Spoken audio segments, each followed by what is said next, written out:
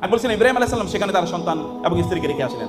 তিনি কি দোয়া করেছেন জানেন? তিনি 4টা দোয়া করেছেন সেখানে। তোমাদের একটা দোয়া হচ্ছে রব্বানা ওয়া বা'আস ফীহিম রাসূলাম মিনহুম ইয়াতলু আলাইহিম আয়াতিক ওয়া ইউযাক্কিহিম ওয়া ইউআল্লিমুহুমুল কিতাব ওয়াল হিকমা। আল্লাহ, এই যে আমার শিশু সন্তান কিন্তু সে এখনো দুধ খায় মায়ের, এবং মরুভূমিতে কোনো খাবার নাই, পানিও নাই, এবং কোনো প্রাণী নাই, মানুষ নাই, বাড়ি ঘর নাই, কিচ্ছু নাই, এরকম একটা জায়গায় রেখে যাচ্ছেন।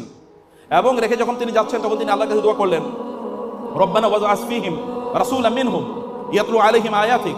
হে আল্লাহ, তাদের মধ্যে আমার এই যে প্রজন্ম বাচ্চা রেখে যাচ্ছে, এই বাচ্চা বাঁচবে কি বাঁচবে না কিছুই তিনি জানেন না। তারপর তার প্রত্যাশার লেভেল হাই অ্যাম্বিশন।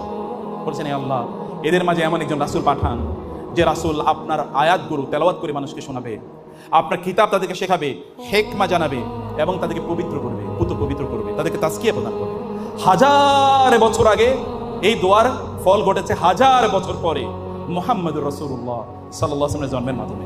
দেখেছেন কি দূরদর্শী কাকে বলে? কত দূর দূরদর্শী মানে কি? আপনি আগামী বছর কি করবেন এটাকে যদি দূরদর্শী বলে, তাহলে 1000 বছর পরে কি হবে যিনি সেটা চিন্তা করেছেন তিনি কতটা দূরদর্শী, কতটা দূরদর্শী। আপনাকে এরকম দূরদর্শী হওয়া লাগে।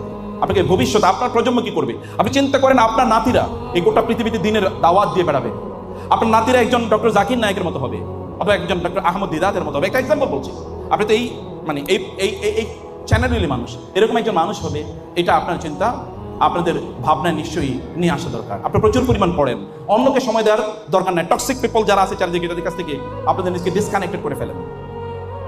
এবং যারা আপনাকে কেবলমাত্র দুনিয়ার লোভ দেখাবে, কেবল দুনিয়ার প্রত্যাশা, কেবল দুনিয়া নিয়ে কথাবার্তা, এদের কাছ থেকে আপনার নিজেকে বিরত রাখুন। প্রয়োজনে সোশ্যাল মিডিয়া